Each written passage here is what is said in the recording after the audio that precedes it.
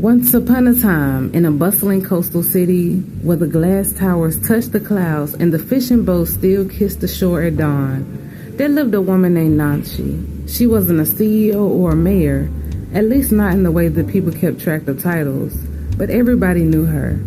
Nanshe was the voice that people called when their rent was late, their stomachs were empty, or their hearts were heavy.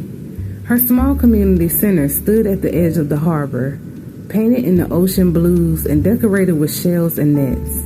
Inside, there was always a pot of soup, a listening ear, and a map that she drew out to mark the safe places for the lost to go.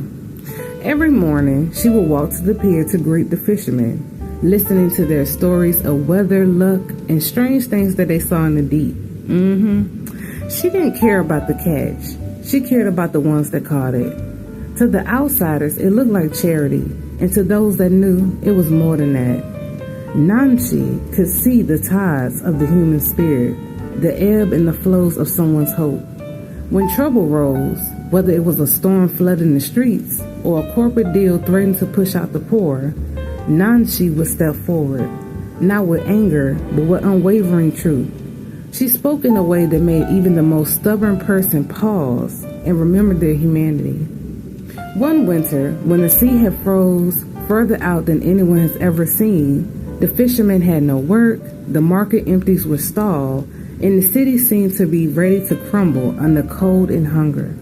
Nanshe gathered the people, not just to feed them, but to remind them that they were more than their struggles. She taught them how to share their resources, how to barter their skills, and how to see each other not as competition, but as kin. By the time the thaw came, the city was different.